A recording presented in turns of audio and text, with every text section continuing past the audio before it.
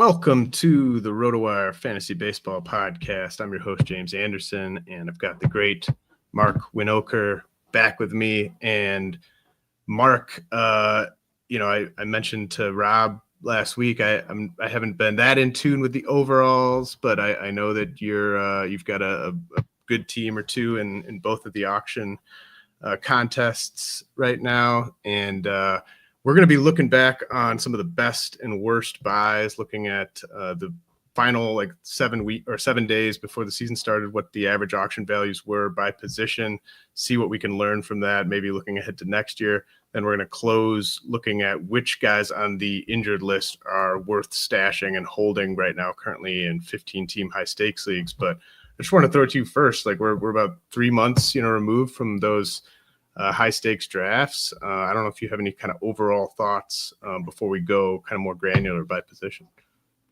Yeah, thanks for having me again, James. Really appreciate it. That was a great pod with Rob. I had to switch off from a Met jersey to the Colorado College Tiger jersey here in the middle of the summer because can't have two Met jerseys on back-to-back pods. But yeah, this has been a good exercise to look back. We're about halfway home and look at what we and that's the collective market thought before the season and what has actually happened. And we'll get into this at each position. But one thing I've noted is we are not nearly as good at picking players as we might think we are, given all the advanced analytics and all of the time and attention we put, all of the content, all of the grinding we do. We're still not very good at picking out the players who are going to perform in the upcoming season. Now, we're only halfway home, so some of this is going to change, and some of our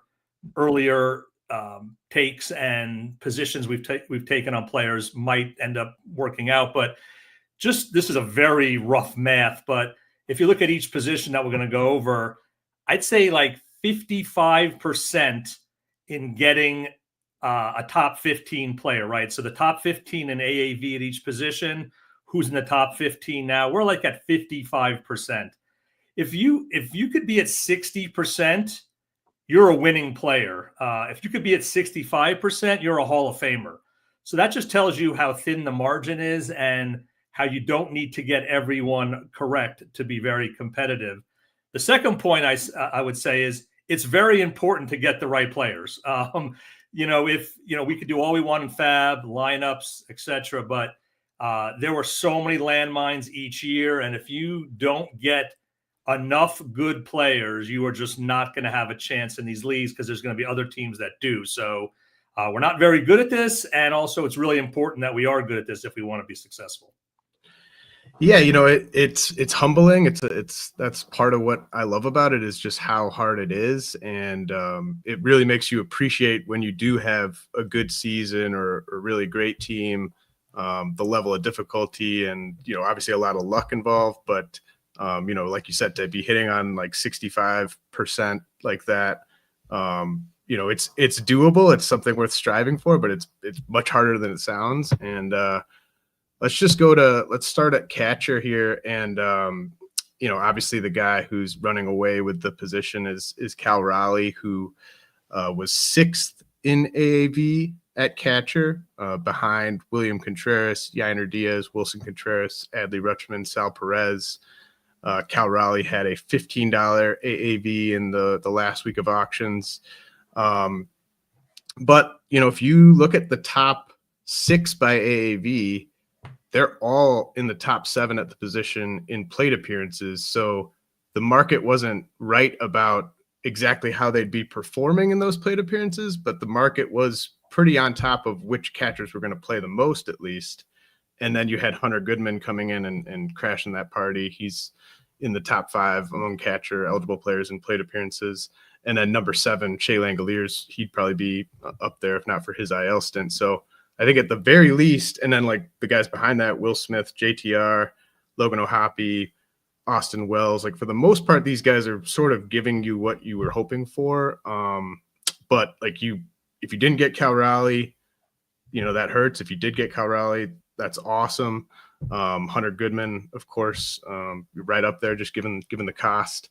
And then like with William Contreras, he was up there $7 more than Yainer Diaz in terms of AAV, and Wilson Contreras also.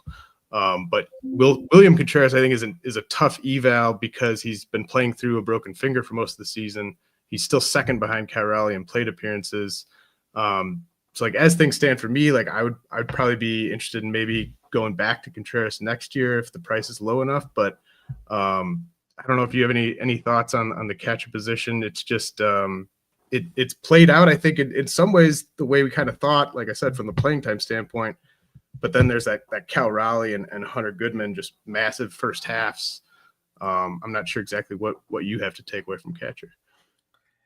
Yeah, I think catcher is a really important position when you're doing auctions because you have to make a determination on how you're going to build your team and how much you're going to allocate to that position dollar-wise. And one thing, and again, it's so hard. You don't want to overgeneralize, right? This is 3 months. It's one season. It's, quote unquote, a small sample. But one thing we do know about catching, these guys get hurt. They get hurt quite a bit. And I know that's why a lot of people are often hesitant to spend a lot of draft capital at the position because of the attrition from injuries. So obviously with Contreras this year, William Contreras, he's really, really hurting your team. If in an auction you pay $25, which I did in one of my auctions, and it's really because that means you spent less at other offensive positions.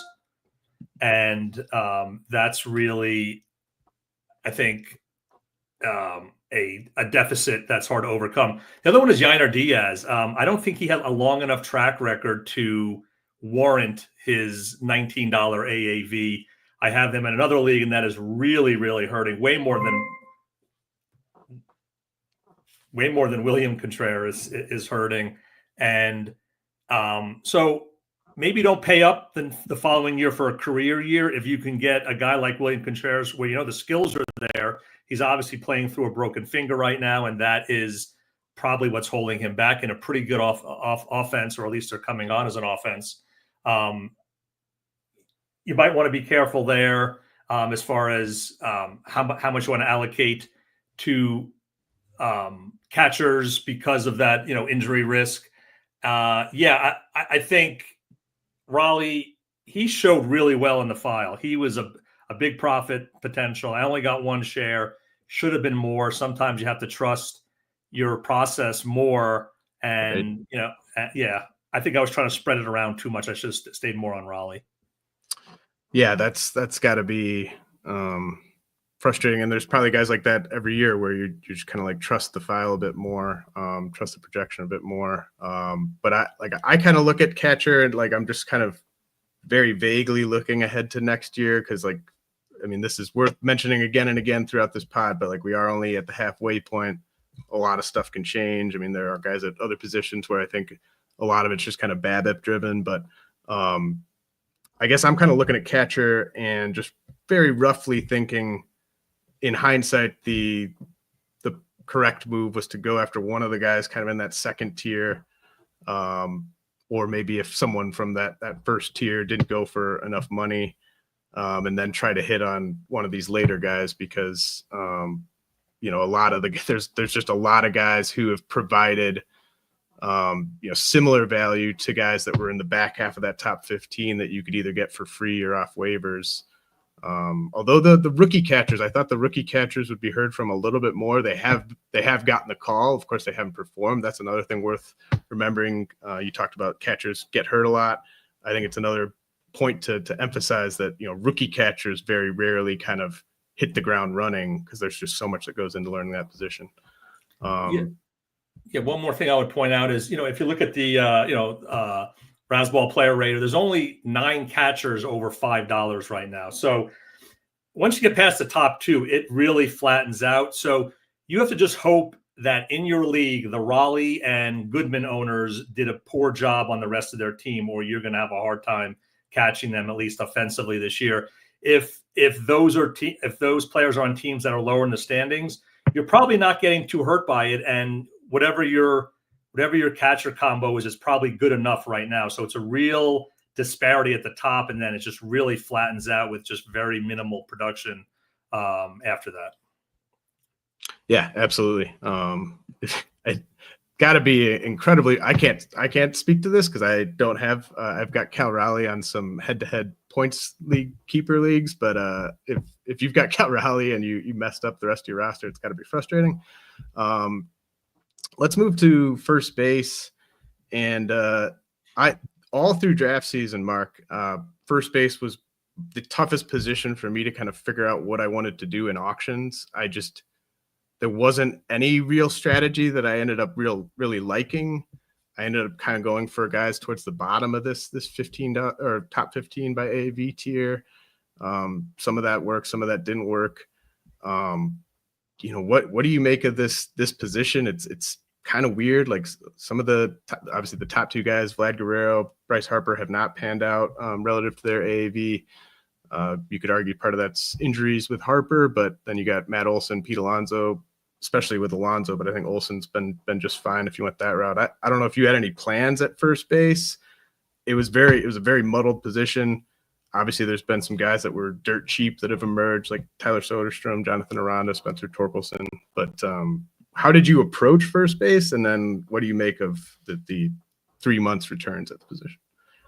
Yeah, I agree. I thought this was a tricky position. I tried to look at the middle to bottom of that top 15 tier. So I did not pay up at the position except for one Alonso team, which is working out pretty well. I always make sure I get at least one share, if not more, of my key Mets. So I kind of forced myself into that. It didn't look like a good buy on paper, but that one's working out. Yeah, I got some Goldschmidt, some Yandy, some Josh Naylor, and those are really working out. Mm-hmm. I agree, though. I think at the corner, you could really have gone cheap. I mean, there's you mentioned a few, Michael Busch also. Mm-hmm. Then there's guys that out of nowhere: Torkelson, Wilmer Flores, Aranda. I mean, there's a lot of guys who emerged. The valuations look to favor those type of players this year.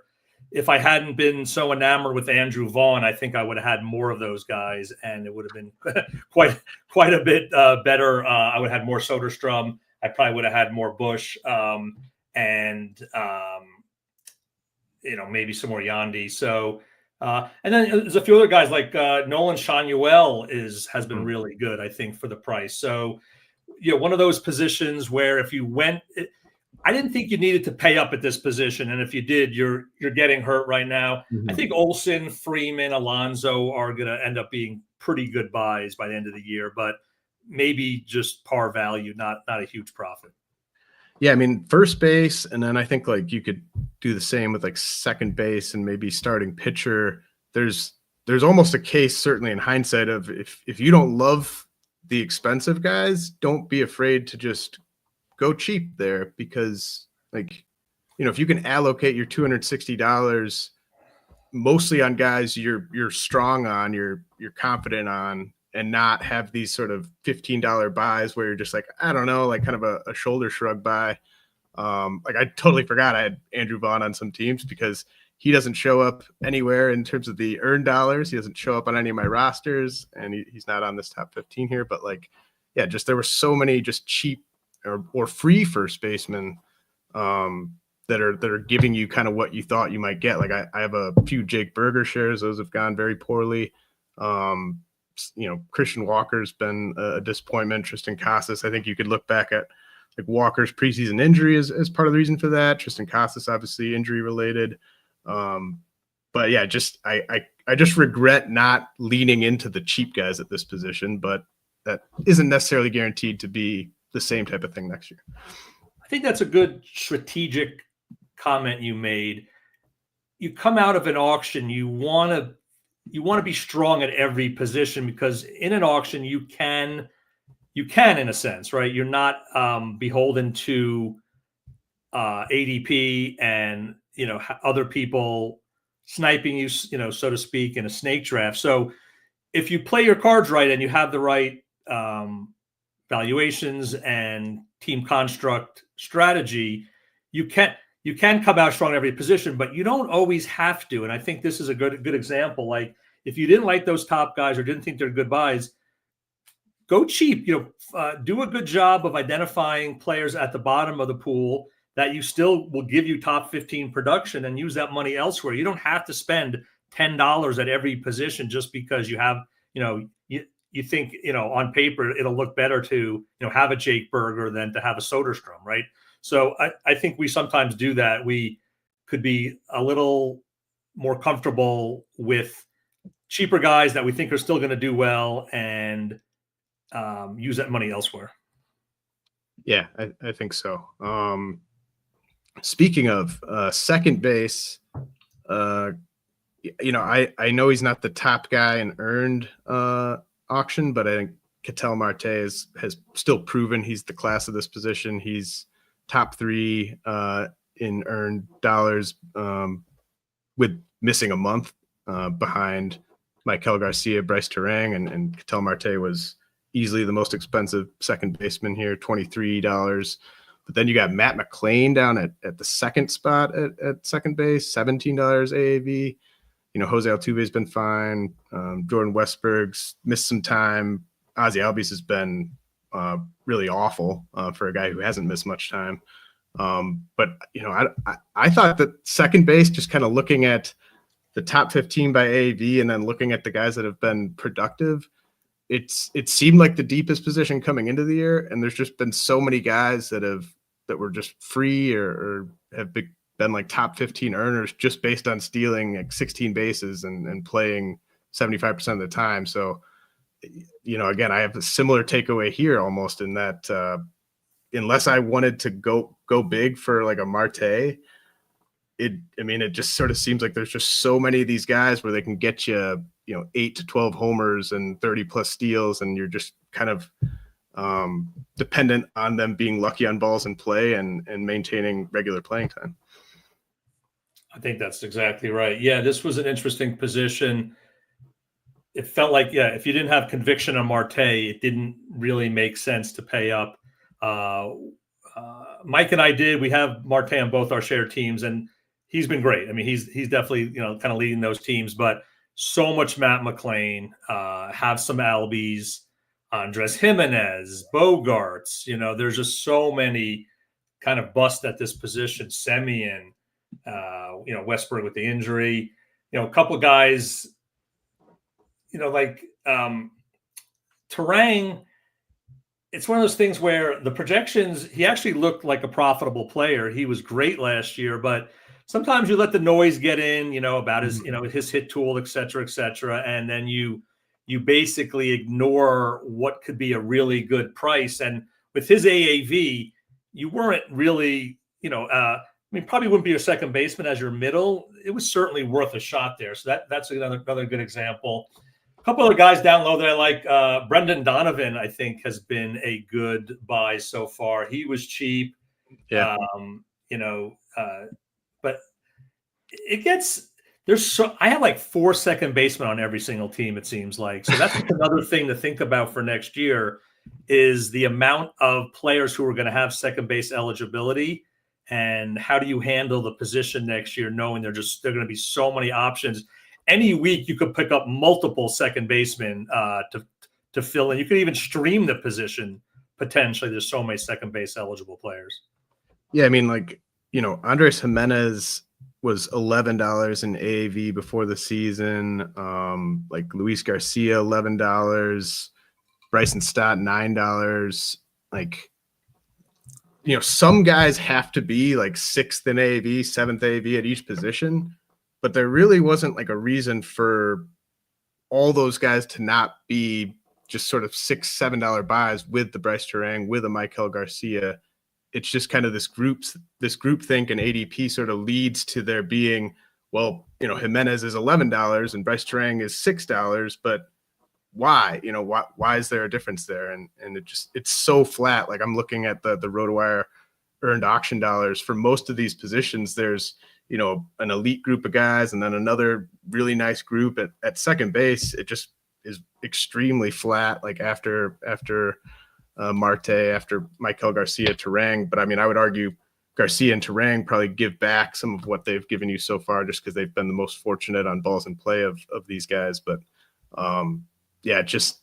it seems just like an incredibly flat position and not a position that you should be looking to spend double-digit dollars on heading into next year. Agreed. So third base, though, I think third base maybe of these positions, could you argue it turned out closest to what the market expected? Yeah, I think so. I think 10 of the top 15 in AAV are in the top 15 earned auction values so far. So yes, I think of all the positions, this is the one that had the biggest hits. Although, of course, the biggest hit, and Eugenio Suarez was technically makes it. He was 14th in AAV, but there was just no way to know he was going to have this kind of year. His projections, I think I have him as a 24 homer player. I think he's already past that, right? Yeah. So that's incredible. He actually weirdly showed as not a value. So I don't hate too much. Because I had him for like an $8 player. He was going for $8, and there were plenty of guys right around him that looked a little more promising, but he has just crushed all of those other players.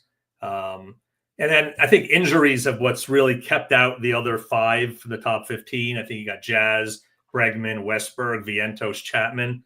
I think those 5 guys. Second half, we could see a little bit different, right? Westberg's back, Jazz is back. Bregman maybe not too far off. Vientos should be this week. Chapman, maybe sooner than later. So this position could even get better as far as its alignment with the preseason AAVs.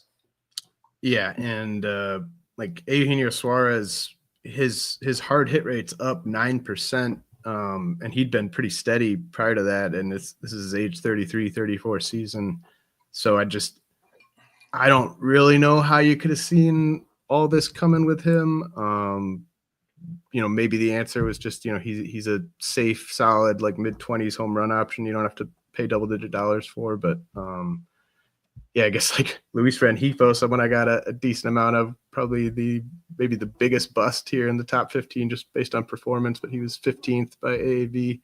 And yeah, that like Riley, Machado, Devers, Caminero. I mean, I'd even throw like Bregman and Chapman in there based on what they were doing before they got hurt. Like just incredibly solid 4 category producers at that position. And I think that one will probably look the closest to what it did this year when we go to 2026.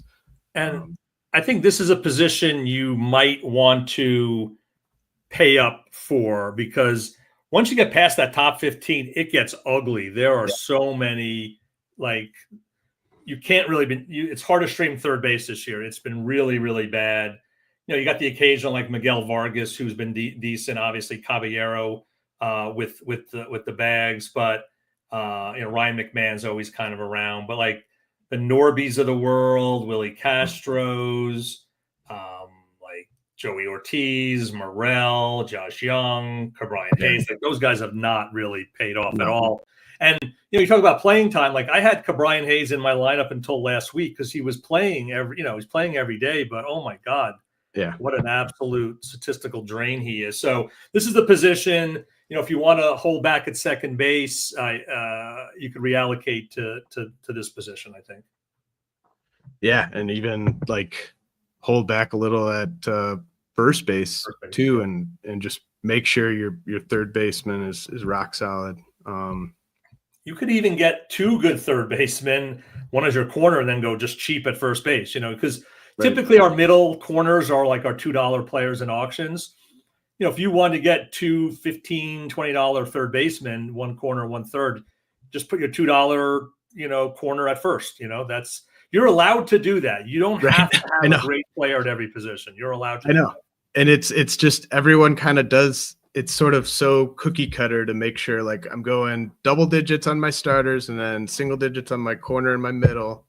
But, if you bought 2 really good third basemen, 2 really good shortstops, and then went cheap with your second base, cheap with your first base, I mean, that looks optimal now in hindsight.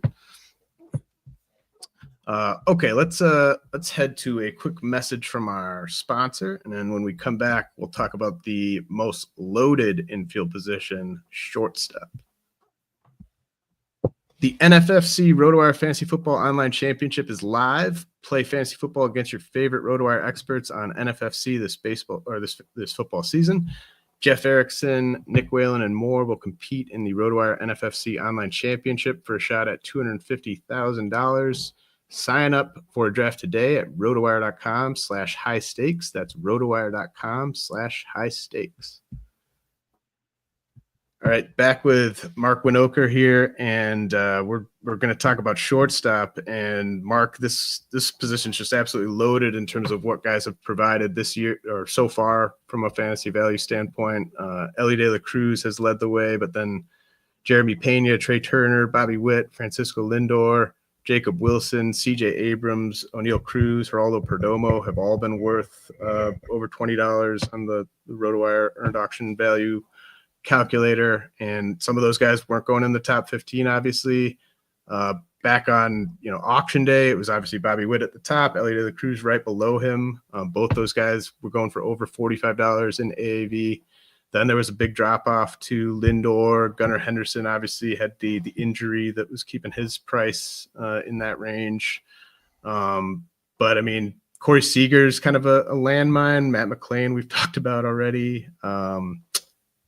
McLean, the thing that sucks is he's given you the counting stats. Basically, he's just been a massive average kill. Adames, I think, has been the purest bust because he's been healthy and hasn't been close to worth what he cost. But how did you attack shortstop? And it just kind of seems like it's going to be a really loaded position heading into 2026. I thought this was the deepest infield position for sure. And my general strategy was to, pay down a little bit, weight in snake terms. So I was looking more at like the $10 tier, which I thought was really had some great potential, but that really hasn't paid off. Tovar, Volpe, Xavier Edwards, Dansby Swanson, Mason Wynn. I don't have all those guys, but those guys were all, I think, not fallbacks, but like strategies. Like, these guys look really good. Why would I pay $45, $30? I can get these guys for 10. They're going to give me really good production. So while from a earned to auction value, yes, this position's dominating, there's still quite a few busts in that top 15 where you could have gotten hurt. I did sprinkle in a Lindor here, a Trey Turner here. I do have a few O'Neill Cruzes, and those have worked out so far, although O'Neill Cruz has me extremely worried now, getting pulled from games for not knowing how many outs there are and etc. But I'd say Turner's maybe been one of the better surprises. He's really having a renaissance this year. He's been really good, and it's a tough if you paid up for Bobby and you could have got Ohtani or you could have got Judge. That's hurting right now. He is really not giving you what you paid for. So even at the tippy top, if you make a mistake, it could really be. I would guess most Bobby Witt teams in an auction are not doing great so far. Yeah. I can speak from firsthand experience that's true on at least one auction team. It's funny you were listing off that list of like the guys in that $10 range that you were like viewing as nice fallback options. If Jeremy Pena had been your favorite of those guys, you'd be doing great. And I know people were on Pena. That's looking like just a really, really nice just roster building buy if you got Jeremy Pena for around his $12 AAV. And then I guess I don't know what to take from like the Jacob Wilson, Geraldo Perdomo aspect of things. I mean, it's such a deep position. There's probably every year going to be guys that were that cheap that emerge. But like Seager, McLean, that's tough. But again, I think it's going to be like Gunnar Henderson. He's underperforming. I think he's a nice buy low. Not that you can do that in NFBC leagues, but like for next year, I think he'll be fine. I think next year it's just going to be a loaded position again.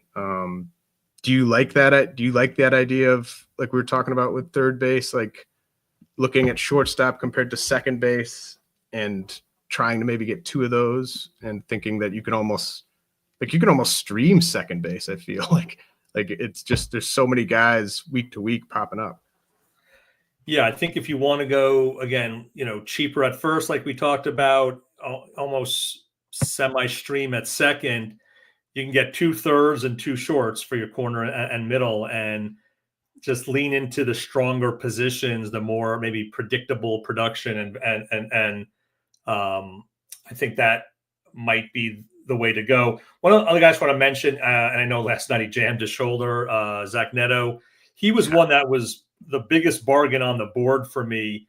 I did get one share, and I've been kicking myself for not getting more. But we have to remember we can't hindsight all of this, right? Yeah. We already talked about several other guys like a Christian Walker, where there was some early preseason injury concern, and if you said no, I think he'll be fine, it hasn't paid off. Neto was the same. It's a shoulder.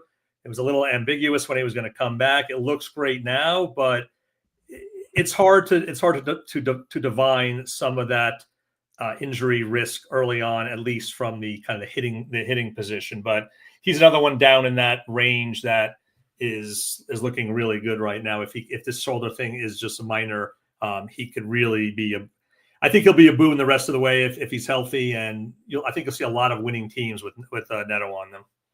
Yeah, I mean, he's probably the one I'm kicking, like, of all the players in the player pool, just from like a process standpoint. He's the one I'm most frustrated with how I handled things, because I was paying top dollar for him in draft and holds before the injury. So if I liked him more than everybody before the injury, shouldn't I like him more than everyone after the injury, right? Like when the price got as low as it did, it's like, wait, I'm that scared by that when I was willing to take this guy in the 4th round before the injury? Like, it's just playing scared almost, and like just being a little too worried about, well, I've got like all these shares on these early DC teams, but who cares about those teams? Like, all those teams don't even add up to the buy-in for like a late March contest, so I don't know. That's the one I'm probably kicking myself the most for, but good on you for at least getting one. That's interesting. I used to play, I was back when people weren't like DC crazy, I was one of the DC crazy people. I was drafting on Black Friday and, was into it, so I think it's a double-edged sword with the DCs. One, obviously, much better grasp of the player pool, especially deep. That really helps in fab because you've already researched these guys and what they're made of. Of course, prospects, consuming your content, and so I think there's a big edge there. However, where there's not an edge, and where there's an edge for someone like me who just comes in and just starts auctioning in like January, February, is I have no priors. Right. I don't have shares of these guys, so that's not a factor in how I play it moving forward. Where sometimes like, well, I got a lot of DC shares, so it's okay if I don't, right. And as you said, you can add up all those DCs. It doesn't even equal one auction championship. So I think it kind of messes with your mind a little bit, like you just said. Yeah, I mean, I'm always trying to get better, always trying to learn, and that's definitely a lesson that I will take with me. Now outfield, Aaron Judge was the top guy, $43 AAV. Then Corbin Carroll, Juan Soto, Kyle Tucker, Tatis, J-Rod, Churio. Bunch of heavy hitters at the top in terms of AAV. All those guys cost over $30. Jazz did too. Jordan did. Mookie Betts. All those guys $30+ on draft day. Fast forward to 3 months, and Aaron Judge and Pete Crow Armstrong are your $40+ outfielders. PCA's AAV was 15, and then James Wood, Kyle Tucker have been both worth over 30. James Wood was going for $22 in AAV. What did you kind of do at outfield in terms of like your outfield 1, your outfield 2? And what can you take from the results so far? Yeah, this is a position I had more of a intentional strategy. I just thought the top 15 outfielders were all overpriced, and my strategy was to stay out of that tier for Michael Harris, which has completely just burned me in the worst possible way in multiple leagues. But other than him, I stayed out of that top tier. And, right now, only 7 or 8 of the top 15 in AAV are now top 15. So I think that was the right strategy. And I just played in the OF2 and OF3 tiers. So instead of paying up for an OF1, I would get a couple OF2s, a couple OF3s, and OF4. And, I think that was my approach. And I think that's worked out pretty well so far. Although there are, so that's what landed me on. I have some, PCA exposure, say a Suzuki, James Wood, let's see, Taylor Ward. So, that's what kind of led me to a bunch of those guys. It's not perfect. There are some busts down there as well. Santander is really hurting me in a couple spots, and we'll talk about him, I think, later in the hold or drop section. No strategy is perfect, but I think this one made sense. The valuations and the AAV told me stay out of the top 15, kind of shop below that. I think it's been good so far. I'm seeing out of the top 50 at AAV, only 25 are in the top 50 in earned auction value so far. That's not good. Because think about it, we're playing 5 outfielders, so that means right. You're basically getting half your outfield wrong. And if you ended up paying up for one of those that you got wrong, that really could hamstring you this year. So generally, I people love those top 15 outfielders. They're the sexy names. They're the hot guys. And I just try to kind of stay away from that and look at guys who can give me really solid production at a reduced cost. Yeah, like that 50% hit rate, at least if you're buying $12, $14, $15 guys, if you bust on one of those guys, it doesn't really hurt you as much. And there's always outfielders coming up. There's always, there's more turnover there because there's 3 positions per team. I thought so. Like my one decent to good solo main event team is my one Byron Buxton team, and he is currently the 5th ranked outfielder by earned auction dollars. He did not actually even go in the top 50 by AAV. So like Buxton was cheaper, unless I'm missing him here. I don't think he was 53rd in AAV, or tied for 51st. Let's just say, he was at $6 just out of the top 50. I think that's a great example. Actually, that little tier, Nimmo, Buxton, and Springer have all. Springer's my most owned player, so that just goes back to my strategy. He was a $6 potential profit, going AAV as an OF4, and I ended up getting him almost in every league.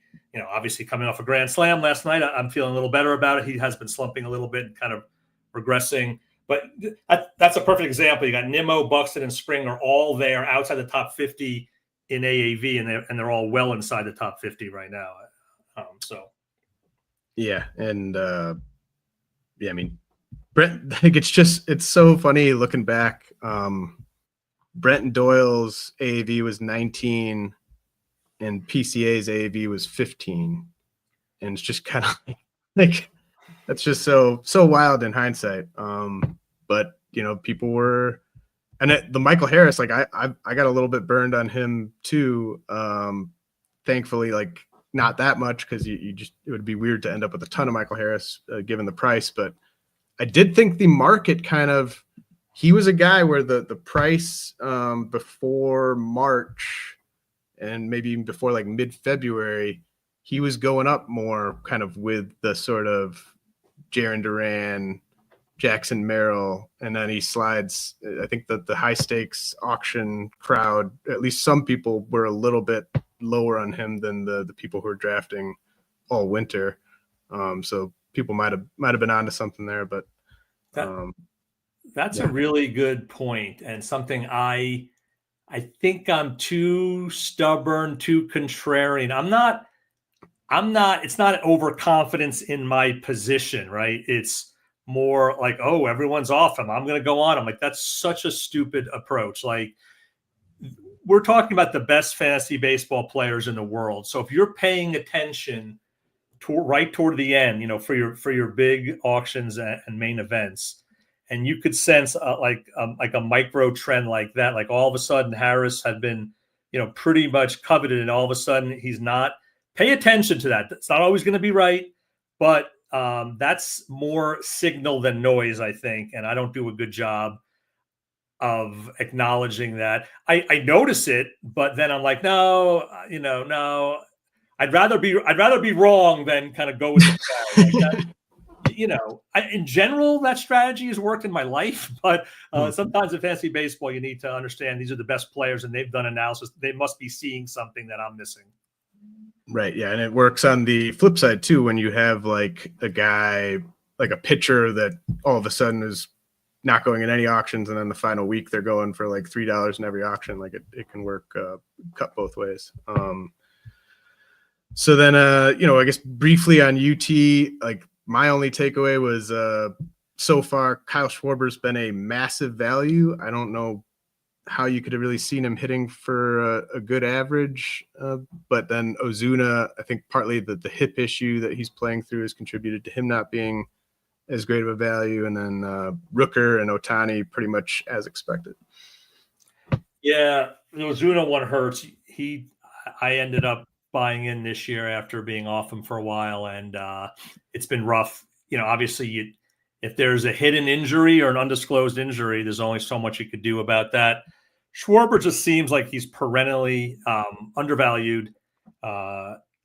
Everyone is average conscious. I was much more average conscious this year. It's worked, and then it hasn't worked. I have several leagues where I'm dead last. I have several leagues where I'm more at the top. He's had a couple seasons where he hit, 240 plus, right? So it's not out of the range of his outcomes. It's certainly less likely. But again, great lineup. He hits, he leads off, so he's getting a ton of plate appearances. He just seems like it's a steal every year.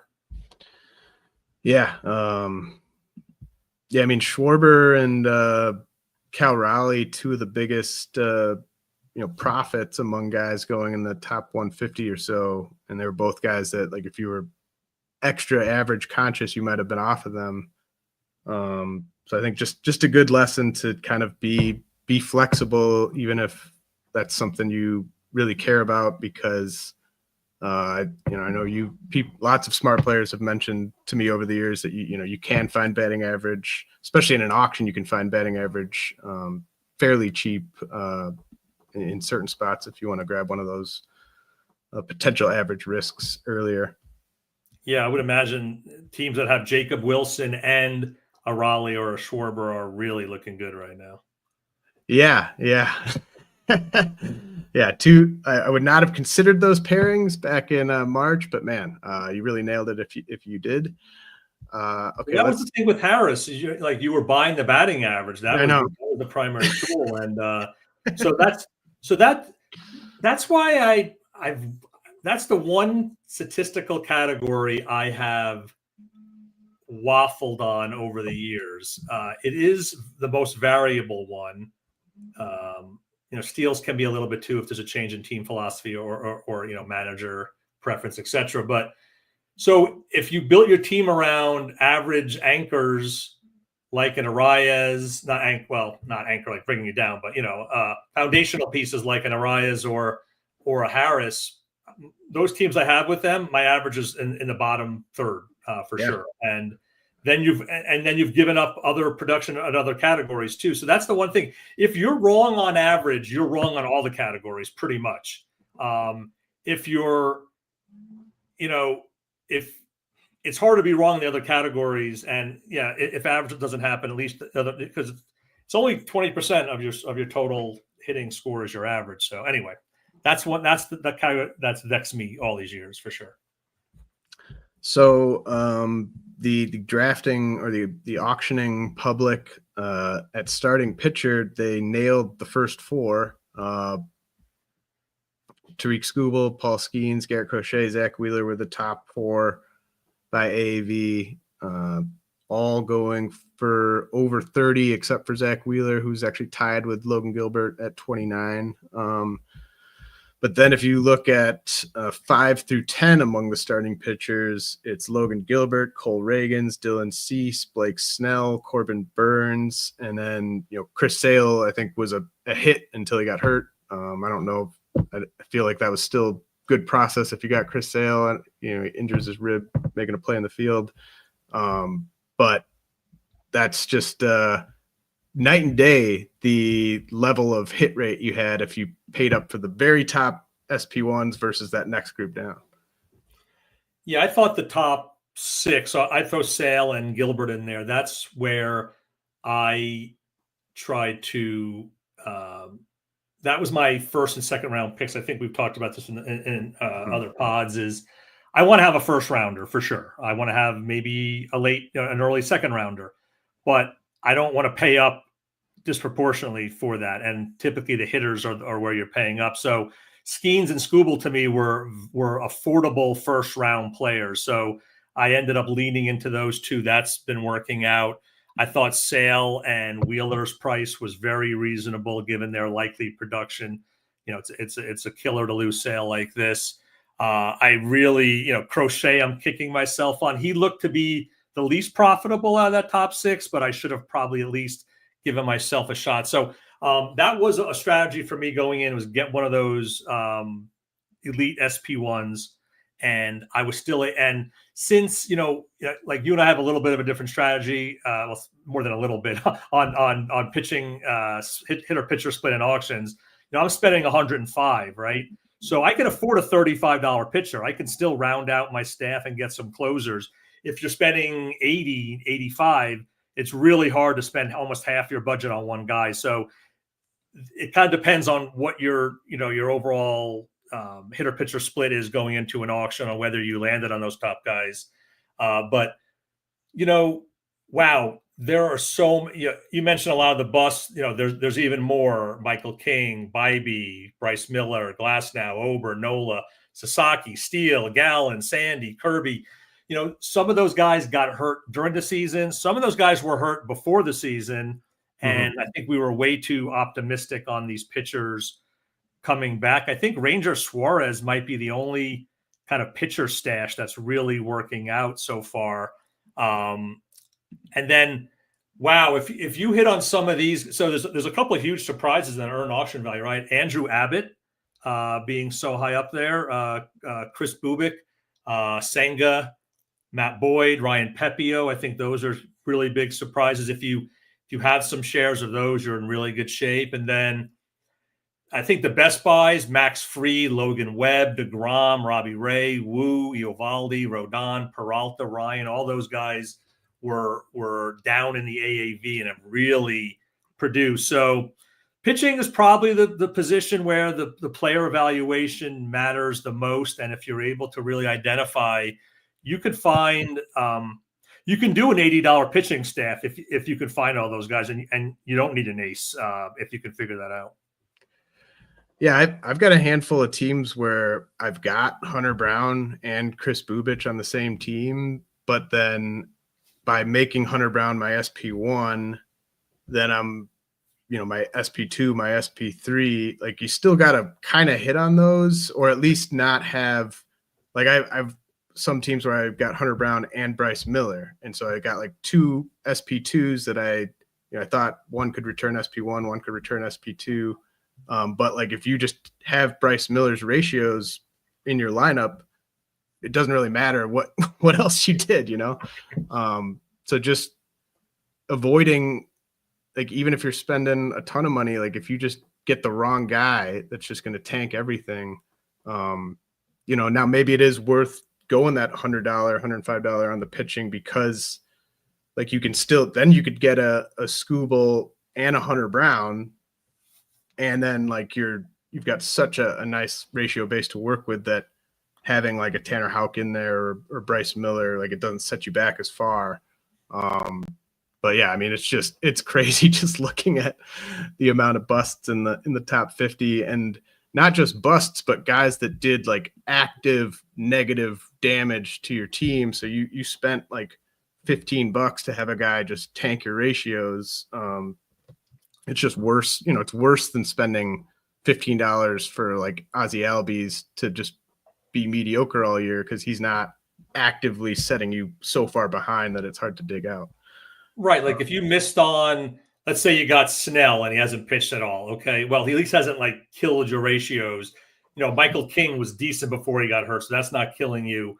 But if you landed on like a Zach Gallen or a Bailey Ober or a Nola before he got hurt, you got absolutely torched, and it's really, really hard to recover. So there's busts and then there's busts, right? I mean, they're not all equal. You could recover from some of these if they either were good and then got hurt, or just were hurt the whole season and you had to find. And you and I talked offline about this.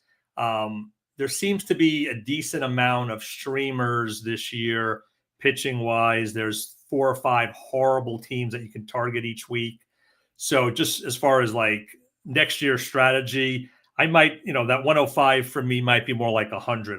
I might try to move a few dollars more to hitting, where I've struggled to get meaningful waiver wire pickups, and just lean into maybe my SP7 will be more of a streamer, and I don't have to spend an extra $5 on that position. I'm probably going to drop that player, or he's not going to be good. I can just find guys cheap on the wire for that spot.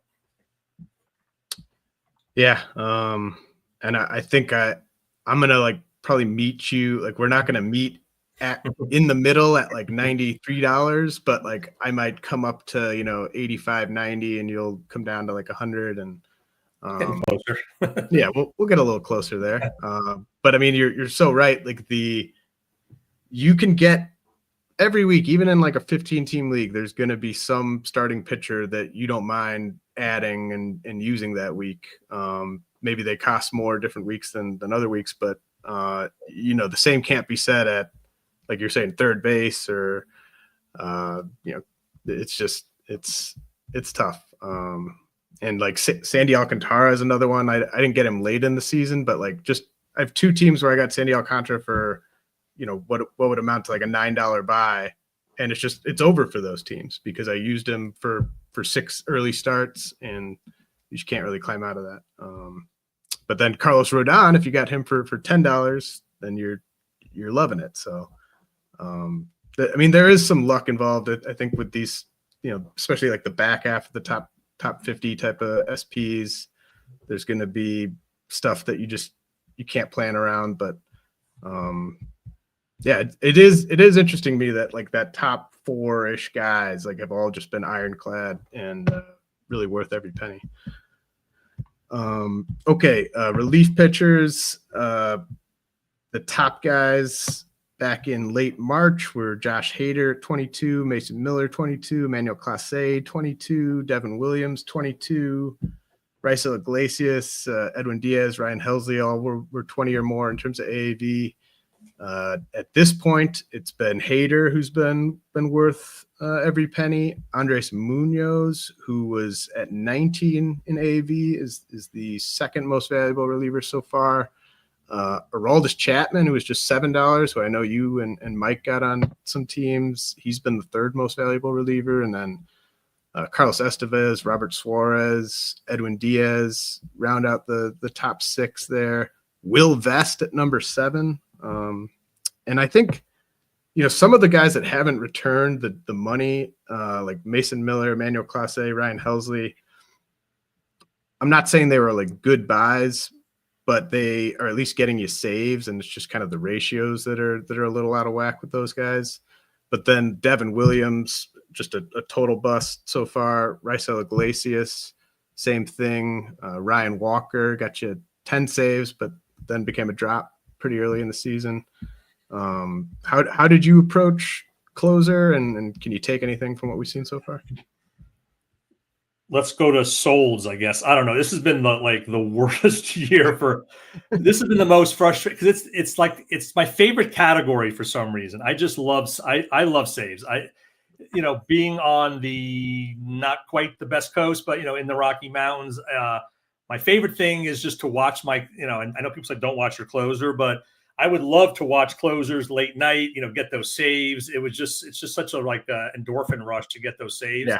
this has been the most painful year I can imagine, just from non-performance, people losing their job kind of out of the blue, the committees, how many times runs get scored in the ninth to ruin the save opportunities, how many times your guy gets pulled in a non-save and then blows you up.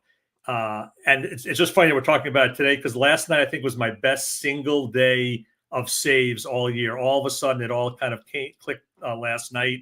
Well, probably because I have Robert Garcia on 6 teams. So anytime he gets a save, I get a great DM from Toby, because we were kind of on him that first, kind of before, after that first save, and he's trying to reassure me it's a good one. I keep going back and forth, but I didn't want to pay that $20 North price. In years past, you could the market was a lot softer for closers. I noted this before the season. This was the tightest market I've ever. If you wanted the top guys, you had to pay. And for the first time ever in my file, they were all red. They're almost always green, underpriced. This year, they were all red. So I really stayed out of that top tier. I did get a Diaz share because, as I mentioned before with my Mets, Helsley was going for like 19, and so was like Walker for 18. So this is where you can make a bad mistake. I'm like, oh, it's $2. I'm saving $2. Like, that's not enough of a gap to go down in quality. And Ryan Walker had a half a season of track record. Helsley had more of a track record, but had also been, had some bad years too. So I had, I think, multiple shares of both. That's really hurt me.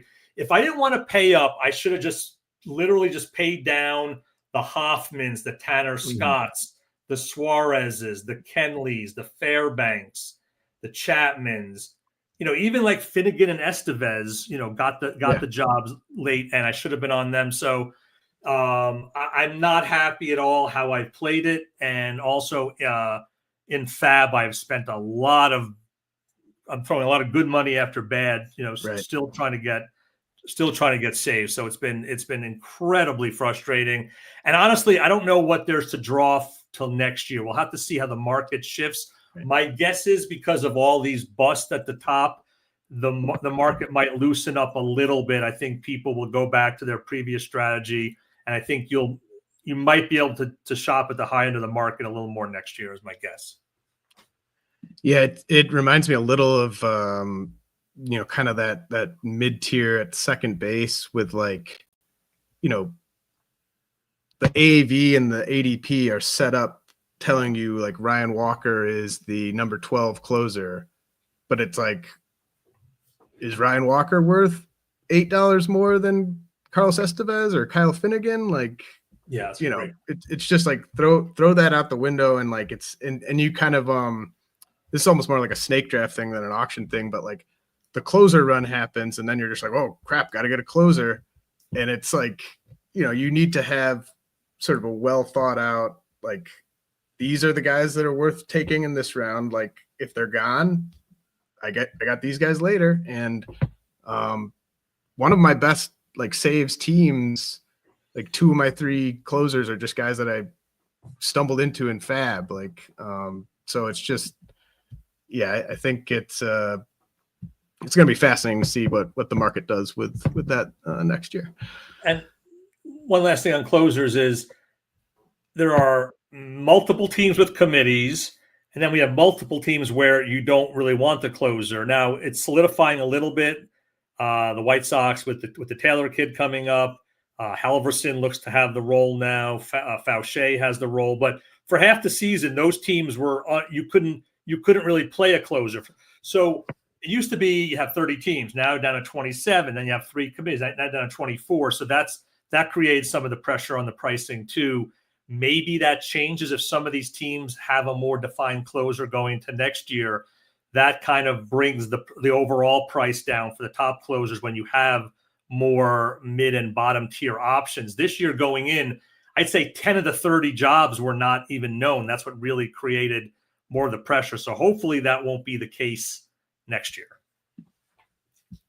Okay, Mark, we're going to move on to our injured list discussion here. And I sent you a sheet with essentially kind of three tiers of injured list players. I didn't include guys that were expected back like this week, like Austin Hayes or Mark Vientos. But I had one tier where and we're doing this for 15-team high-stakes leagues with 7-man benches. So obviously if you're in an IL league, you stash these guys. But 15-team leagues with 7-man benches, I had a group of about 20 guys, 25 guys that I thought were probable holds in that situation. Like, Hunter Green, Corbin Carroll, Alex Bregman, you're definitely holding those guys. There's some more kind of challenging ones where the guy's just been gone so long and it's getting really frustrating, like a Yordan Alvarez or a Blake Snell. I mean, Chris Sale, we talked about earlier, that's a frustrating one that it's probably a hold. But were there any guys that sort of stood out to you as maybe guys you would consider dropping from this group in like a 15-team high stakes league? Yeah, it's amazing how quickly you sent me this yesterday, and all of a sudden, Manaea, who was 4th on your list, has probable holds. All of a sudden, has loose bodies in his elbow, shut down again. So he's someone I think you have to start to. And it's so tough because you're in for a penny, you're in for a pound on some of these guys. Like, you've been holding them for so long, and really, it should be once these guys have setbacks, you let them go. But we don't even do that anymore. We're just very stubborn. We're just going to stick to our guns. So Manaea is one that I've been holding in one league for quite a while, and I made him a yellow, meaning he's more of a challenge. Dalton Varsho is another example. I had a bunch of him for the season. I then let him go. I'm like, you know what? Injury, no. Then, of course, he comes back, goes absolutely nuclear, and I'm like, oh my God, I can't believe I lost this. I dropped this guy. Then he gets hurt again. Then I pick him up again, and now he's hurt again with the hamstring. So he's another guy I'm not sure if it's a hold. There's a couple really tough one here, James. Ivan Herrera is a really tough one. Mm-hmm. 2 to 6 weeks is just too weird of a range to drop. Like I held in the one league where I have, so I guess he's still a probable hold. Woodruff, I mean, how many more innings does he even have left? I know people have been holding him the whole time. And then, I think Sale, I don't know if we're going to get any more information. Mike and I always have this conversation on these injured guys.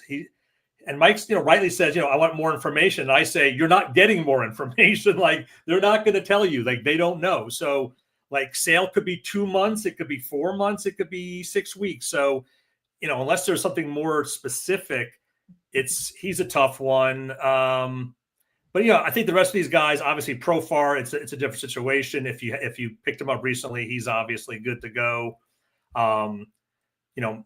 Matt Chapman, Bryce Harper, as you said, Jordan, they're going to be tough to drop right now. Langoliers, I think, is coming back. Olsen, Rutschman's a tough one. He hasn't been good, and it's an oblique strain, and those can linger. I think Senga is probably a hold now. Looks like he's recovering a lot quicker. So that's my take on most of those guys. Yeah, I put. I think like with Rutschman, I think you just hold him at 15 team. I think that's kind of an in for a penny, in for a pound situation. The 3 toughest ones for me were like Woodruff. I don't have any Woodruff. I was terrified of his injury, and he's had some other injuries that weren't related to that injury that have kind of slowed him down in his rehab, most recently through a 60-pitch sim game. So I just think the news is trending well enough that if you've got him stashed, you might as well keep him stashed. Ezekiel Tovar is a guy that I got in a couple leagues, and I think he's a hold in 15 teamers, but it's just been really frustrating because he's been kind of bad and just injured and not injured this year. So like I could even see a situation if you have a pretty stacked team and some good middle infielders where maybe you let Tovar go. And then Ivan Herrera was the last guy I had in this tier. Grade 2 hamstring strain. Like, I mean, that could be 2 months. It could be a really long time. And he's obviously a guy that's performed like a borderline top 5 catcher when healthy this year. So that's what makes it really tough. Like the Herrera versus Adley one, it's kind of interesting just juxtaposing those. But I think the majority of people would hold those guys in a 15-team league. Now, here's the middle tier. I called this like a maybe hold. Got guys like Spencer Arrighetti, who's kind of ready for mound work after his thumb injury. Aaron Nola, who hasn't started a throwing program yet. He tanked your ratios before he went on the IL. Maybe he could help you with those ratios when he comes back, but don't know when that's going to be. Then some kind of fringier hitters like a Jorge Soler, Tyler O'Neill. Got Gabriel Moreno, who's got a fracture in his right pointer finger, but hadn't been kind of performing at quite that like Ivan Herrera level.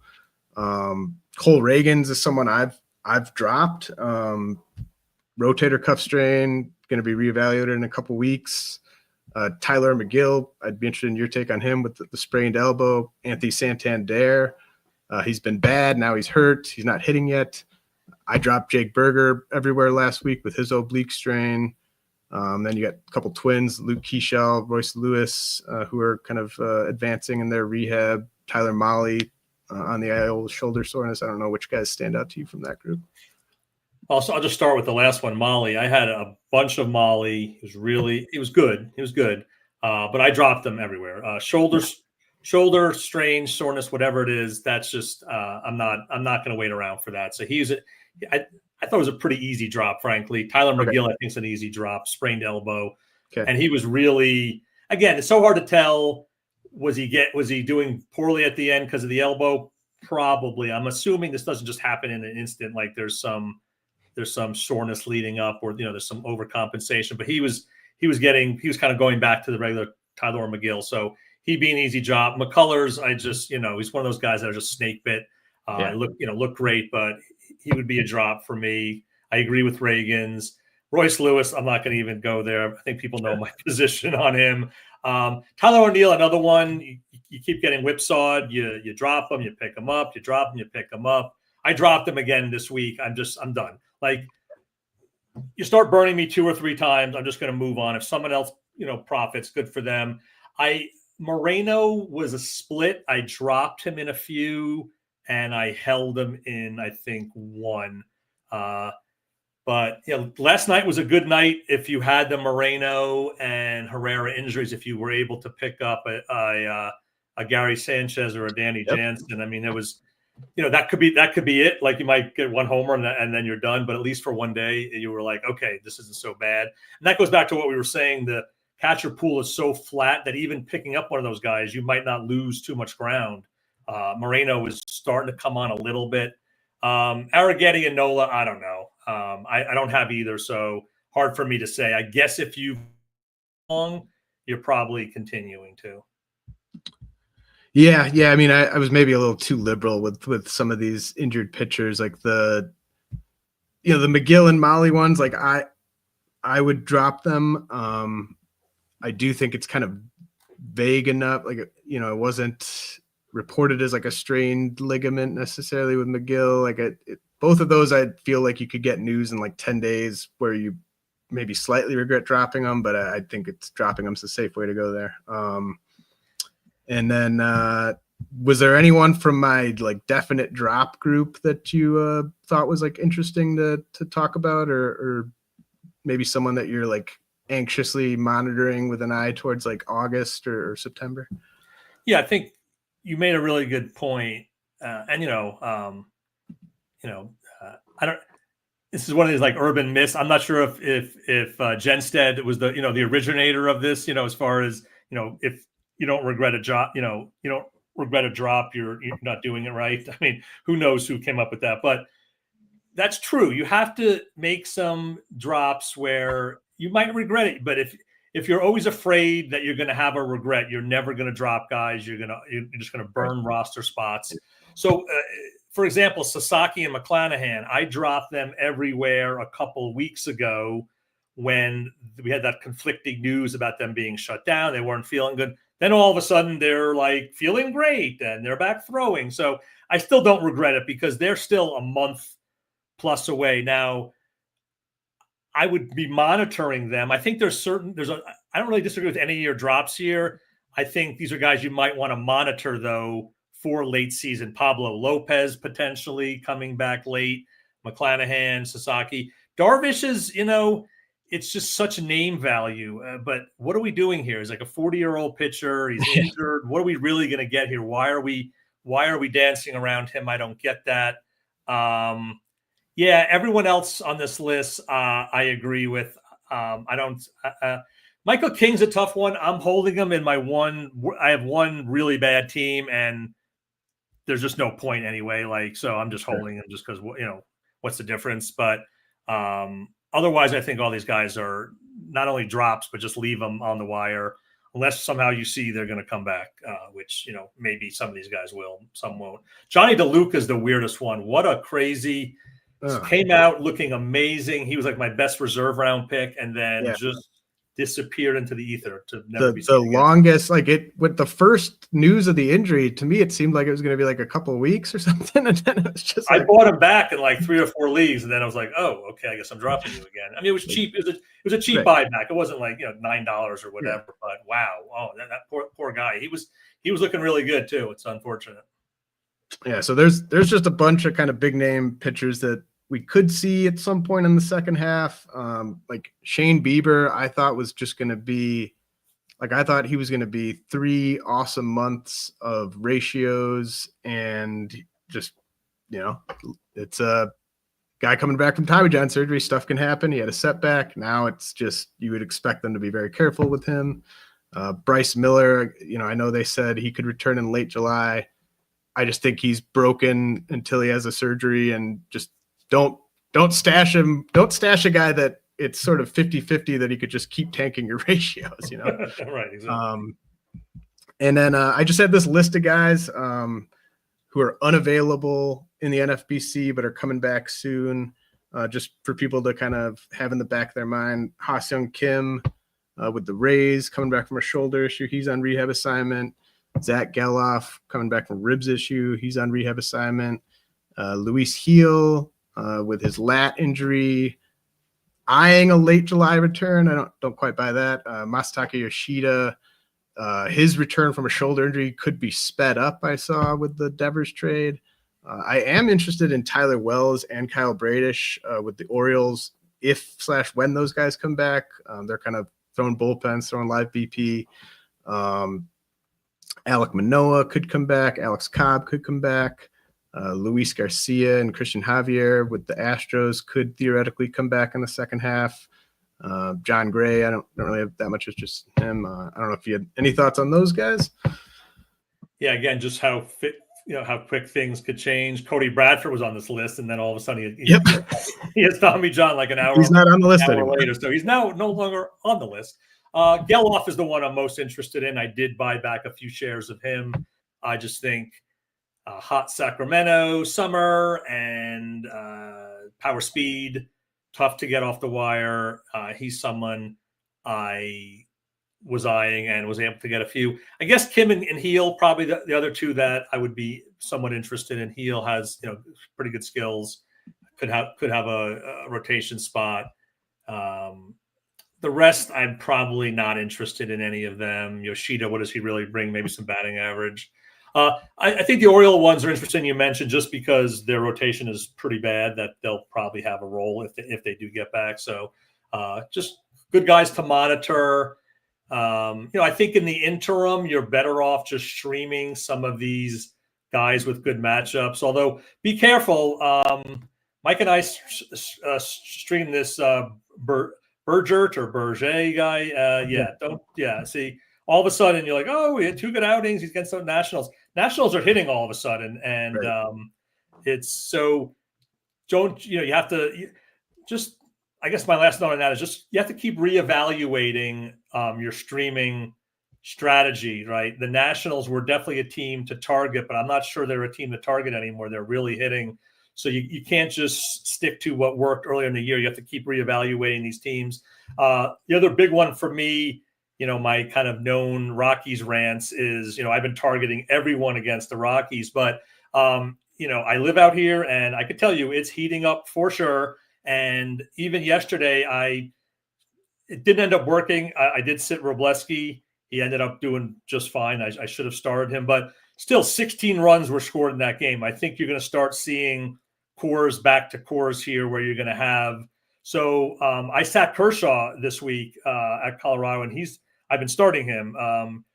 A month ago, 3 weeks ago, 2 weeks ago, I would have started him at Coors. So that's another one to kind of keep an eye out from. The park is playing a little bit differently now. And then the Rays are like almost a no-fly zone. Like they're just going off. So you have to just keep reevaluating how these teams are hitting each month, and that can inform your kind of streaming strategy. But I would still rather be streaming than holding a spot for some of these guys that might come back in like 2 months. Mark, this has been fantastic. I know you're an active podcaster these days. Really appreciate you coming back on with me. Anything you want to share or anything before I let you go? No, I just love it. It's a lot of fun. It's just like talking to a friend about baseball, which who doesn't want to do that? And we don't get enough of a chance sometimes. So I really appreciate you having me on. Yeah, if you want to follow me on Twitter, it's MARC_Winokur, WINOKUR. The occasional gem, but mostly not much to follow. So I wouldn't recommend it, but I don't mind when people come around and do follow me. So James, continued luck. I know we're battling out one of the auction championships. It's been kind of a good group at the top, and yeah, it's exciting. This is a fun game, and we still have 3 more months. So looking forward to seeing how this all resolves itself here coming up. Absolutely, Mark. This has already got me excited for 2026, dare I say. But gotta grind out the final 3 months here. Thanks to Marc Winokur. I will be back with another episode next week.